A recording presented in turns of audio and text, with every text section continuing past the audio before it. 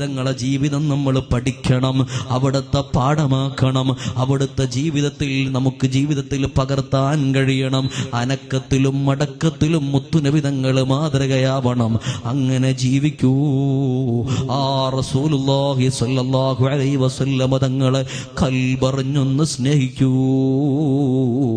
എന്തൊരാനന്ദമാണ്. അല്ലിമൂ ഔലാദക്കും മഹബ്ബത്ത് റസൂലില്ലാഹ്.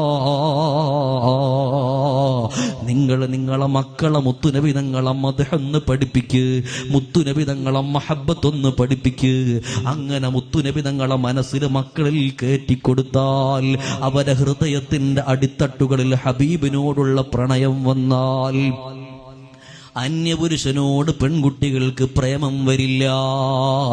നമുക്ക് മറ്റു കാര്യങ്ങളിൽ നമുക്ക് ടെൻഷനാവേണ്ടി വരില്ല. നമ്മുടെ മക്കള് വഴികേടിലേക്ക് പോകില്ല. അതുകൊണ്ട് മക്കളെ നമ്മൾ മുത്തുനബി തങ്ങളെ മഹബ്ബത്ത് പഠിപ്പിക്കണം.